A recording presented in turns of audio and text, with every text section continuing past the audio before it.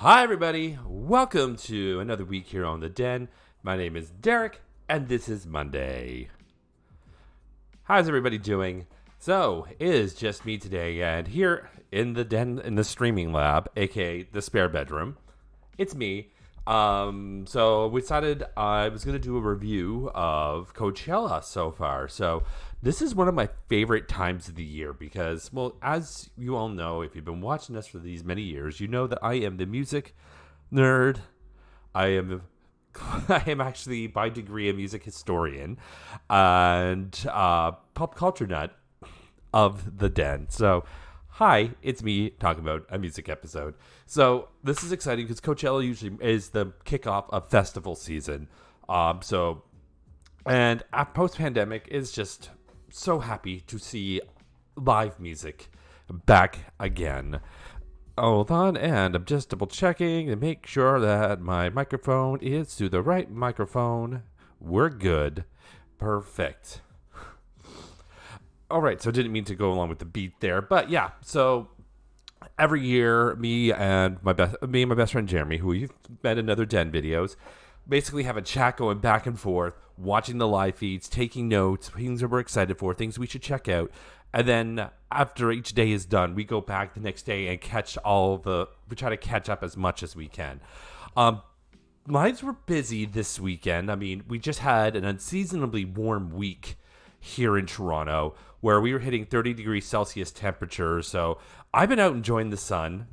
We've had other events that we had to go to, so I'm trying to catch up with as much as I can. So I'm going based on a lot of memory right now. But here we go. So the first act that I checked out was Magdalena Bay. Now, people were telling me this band is great. I haven't actually had the chance to listen to them yet. And I'm pretty excited because I'm actually going to see them in August, once I go to Montreal for the Coachella Festival. And they're one of the opening acts in the first day. So I'm like, okay, well, cool. I'll get to see what they're all about. My God, their set was good. Fun, synthy, just full of energy, bright and poppy. I am so excited. I am really excited to catch them. So I'm definitely looking forward to that one. But the main thing I wanted to see on day one is Muna. I'm going to see Muna in May. A lot of my queer friends are really obsessed with Muna. And my introduction to them was the Fire Island soundtrack. They released that cover of Britney Spears Sometime. And it's like just, I can't really describe how much I love them. It's just kind of like really fun queer music, but it's like without full-on gay tropes. And it's just so fun and carefree. Their set was the first one to bring out a surprise for the weekend. Or they brought out Boy Genius, this newly hyped band that is Phoebe Bridgers, Julian Baker, and Lucy Dacus, the kind of a singer-songwriter supergroup. And like their big performance was last night, but we're gonna get into that because I've got feelings. But they came out and joined them on the song Silk Chiffon, which has now become like my lesbian anthem. And what a way to kick off the weekend.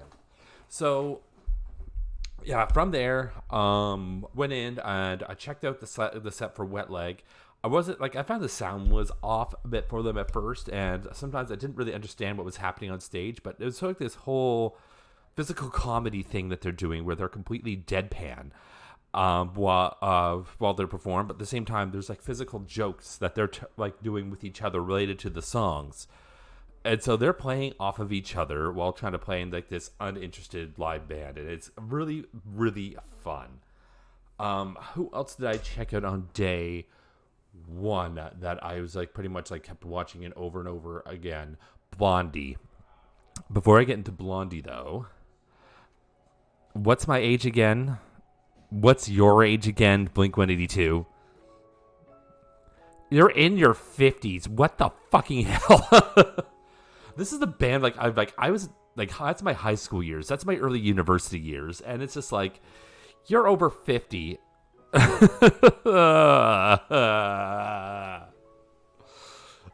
Their set was fun though. Definitely still very immature, which at points was kind of like, cringe. But you know what? It's what they were. It's who they were back in the day, and I don't know. It just kind of brought back some fun memories, and I was pretty happy about it. I don't know. Actually, I kind of actually left the set part because I was like, okay, this is too much. So I didn't get to hear a lot of my favorites, but at the same time, Blondie was about to perform. So yeah, what's my age again? What's her age? She's 77. Debbie Harry fucking knocked it out of the park. Like, age ain't nothing but a number. She, like, yes, her vocal cords weren't working as well as they used to. But she looks beautiful. And she was just out there with the leather on, the black denim. She had that 70s punk energy. She commanded everything in front of her. And it was just so good. And she brought out Nile Rodgers as well. And they did Rapture, which is one of the first hip-hop, like one of the first mainstream hip-hop songs that were ever released. And it's just like, she still like had it. She had every beat, like everything right on the beat. And it was just so much energy from like the crowd and her. And it was a really fun way to watch day one. Now, I didn't end up watching the headliners because I'm not a Bad Bunny fan. Like, I understand its importance to Latino music, salsa music, and modern hip-hop, but it's just not my jam. So I just didn't catch up on a lot of that, on anything on that stage. So that was pretty much what I was able to catch on day one. Now, much like when you are at a festival, you have to pick and choose. You can't see everybody. So you're kind of just like, okay, this is on here. So I got to watch this. I got to watch this. I got to watch this. And this is how I'm going to do this. When I was at Oshiega last year, I pretty much stayed. I only did one day because I really only wanted to see Yeah Yeah Yeahs and the Arcade Fire. So I pretty much sat in front of the river stage, or I can't remember which one of those two stages right at the very front. I just stayed in the top corner of the front corner, and so I could just switch between watching the bands. I missed Turnstiles, who I was really hoping to see, but it was one of those things where I would have had to miss Yeah Yeah Yeahs if I wanted to see them. So, which was not part of my plan, was not part of my French Vanilla fantasy. So I sat through some things. I was just like, oh, this is annoying, but I'm going to sit through you. Like, I was not into Kid Laroi. Full of energy. I recognized one song, and that was cool, but it was just like the crowd I was not into. But yeah, that's the kind of thing, like when you're going to a festival, you got to pick and choose where you're going to be in order to catch things if you want to be up front or anything else like that. Right, that brings us into day two. I had a little bit more time to catch up and watch some other feeds, so we could go along here. But at the same time, we also had Ken was up, so we were also doing the pub stuff and had other social obligations. So it was like, catch what we can. So day two, by far, my three favorite performances have happened so far. Well, of course they're going to happen because we're just doing day three now. But Ethel Cain. If anybody has listened to this album, please can we start a conversation about it? Because this album it's something special. It's dark. I can only describe it as Lana Del Rey writes horror. I'm gonna leave it up to people to like kind of dig into it, get the story themselves, and dig into it. I would love to do an album reaction sometime with somebody with that who's never listened to it before, and just kind of like be when they're going through some of the more intense moments of this album. So basically, it is a concept album about a girl who is just like a ne'er-do-well. Things have gone shitty for her, and she's just trying to do things to get things to change her life, and it's just tragedy just keeps following. And the whole performance, you could feel that. She was just kind of up there like the Letterman's jacket, the cheerleader skirt, and singing her slow, like kind of sullen songs that would just, you felt every emotion that was in all of the lyrics. Like the one lyric that really, like, I'm thinking about it, I'm just like, the song Sun Bleach Flies. God loves you, but not enough to save you. And you just saw the audience just like, like, yeah. she was able to bring the emotion of that album live, and I needed an adult afterwards. It was emotionally devastating. And that's the only way I can describe listening to that album. But Derek, why would you listen to sad music? Because I love listening to music that makes me feel any type of emotion. And if I get a song that brings out actual guttural, raw disgust, I fucking love when music does that to me. So to be able to see how she was able to like pull off some of those big moments from that album and some of the big drama, amazing. And I wish she was coming to Canada on this tour because, oh my god, I need to see this live. Definitely the highlight for me was House on Nebraska, which is actually probably my favorite song right now. I just can't stop listening to it. I'm kind of glad she didn't play the song Ptolemaea because that song's a little too intense. Check it out yourself. It's scary. But let's go into my favorite set of the weekend so far, and that is Boy Genius. I came home. I missed it when it was live because we were at a birthday party, and I pretty much talked about Boy Genius to everybody. And I even made a new friend talking about Boy Genius. But Boy Genius again is Phoebe Bridgers, Julian Baker, and Lucy Dacus as an all singer-songwriter female supergroup. They just released their album, The Record, which is just like a perfect summer record, which is just very insightful, very thoughtful lyrics, very fun lyrics that are just like their experiences brought into life. And it's just their friendship just shines through their music and through their performance. And just their voices together are so beautiful. And I was just sitting there like 2:30 a.m. just like just happy to hear everything and just to see them performance. I'm going to see them in June at the Budweiser stage right before Pride in Toronto, and Jeremy's coming up here for that. I'm so excited. Yeah, definitely one of my highlights so far is Boy Genius, and honestly, album of the year so far. Seriously, album of the year. Check it out.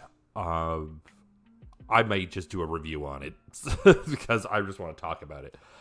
But I could go on forever because that's me talking about music. Next up of the highlights, Yeji. I love her. Fun little quirky K-pop meets hip-hop, and just like fun little nerdy dances. Fun, like she's just a joy. She's very joyful. I watched two of the headliners for day 2. Rosalia, goddess, iconic. Every praising word I can say about Rosalia gets them all. What a performance. She really was playing to the live stream, but I think she was also playing to the to the screens off to the side of the stage. You couldn't watch that on the live stream because, well, she was playing to it.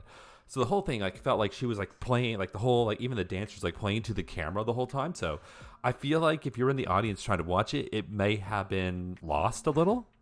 That's all I have to say about it. But she just non-stop, just bam, bam, bam, bam. Definitely one. It's definitely a surprise for me because I loved the album Otomati, but I didn't realize what her impact culturally in North America is right now, because she's been a superstar in Spain for a long time. So it's really nice to see her breaking through North American ground. And of course, the headlining spot on a Saturday, you have to pull out all the stops. That is the biggest show of the year. That's going to be the biggest show of anybody's career. Like Lady Gaga did it. Beyonce did it. So many people have done these very iconic performances that are just are always talked about. Like even Beyonce's is a Netflix special. Blackpink, bam. The drone show at the beginning, showing all this cool little light show with the drones, and the way they broke up their set with the new songs. Then they do another act where they each do a solo song and then go into the older songs. And it's just it was fun. It was high energy. They brought everything. They had such you could tell each movement was calculated, and it must have taken at least hours and hours and hours of choreo, because not what we could see, not one beat was missed, and it was really intense choreo, and it was fun the whole way through. Oh yeah, and another one we did end up watching was Sophie Tucker, because Sophie Tucker and 070 Shake. I'm going to see both of those in Oshiega, so I think I'm going to give more review after I actually see them live. So I'm really excited. They really got me, them at Magdalena Bay, got me really hyped for Osh. So I'm ready to go. Now, who am I excited for on day 3? Frank Ocean. I love Frank Ocean, like one of the first people to come out of the closet and represent the queer community in hip hop. Very important figure. Also a huge man of mystery. Like, an album will suddenly drop, or he's got this diamond-studded cock rings. Hello, Greg. I thought I'd come say hi to our Hi. fans. Ladies and gentlemen, Greg Hope. They know who you are. Pup Gamby. Where was I? Oh, yeah. Frank Ocean, I'm really looking forward to. Bjork, my diva, Bjork, is performing with an orchestra on tonight's set, which I hope to be watching before I go to bed. Really excited for that. Christina the Queens will be fun, and I don't remember who else. I think those are really the only ones that I'm watching. I'll be watching some of the other live streams as they go along. There's a lot of artists I'm unfamiliar with, but it's always a nice way to find new music that you may enjoy. Because like all the big stuff has already happened, like Boy Genius, Blackpink, Rosalia, Bad Bunny, and I'm so excited for festivals. I'm so excited for concerts again this year. Going to see Muna in May. Going to see Boy Genius in June. Toying buying tickets for Caroline Polachek tonight, but I don't think I can pull that off this time because traveling's expensive. But yeah, that has been pretty much my review of Coachella this year. A lot of fun. Love to see queer representation when there's a lot of controversy within Coachella's business side, where yes, the founder has in the past donated to anti-LGBT. We don't know if he still is, and if you are, shame on you. But there is a lot of queer representation that does happen at Coachella. We had Kim Petras last year. We had Rina Sawayama last year. This year we have Muna, Boy Genius. Our heavy queer representation. Last year they had Pablo Vittar, who was a Brazilian drag queen. And it is a place for queer representation as well, and I do love to see it, and especially love seeing it in the crowds. When I see the pride flags, I see people I see queer people in those audiences. I'm just so happy to see that, because yeah, this is just the state of everything right now. I'm just love to see everybody out and proud. And apparently there's like this whole secret life of bears at Coachella. I want to experience that sometime. I plan on going some year. Probably not next year. I'm going to try to save sort of the year like for 2 years from now. And I'm hoping to make it. And it's kind of like the dream of mine. So I'm going to check it this year. I might do Lala next year. Yeah, Osh this year, Lala next year. We'll see. I'll go bigger and bigger. Anyways, I hope y'all like my review. And if you've been watching as well, please comment some of your favorite acts below. I want to keep chatting. I just want to talk about music all the time. But I'm not going to stop rambling right now, and I'm going to go edit this video.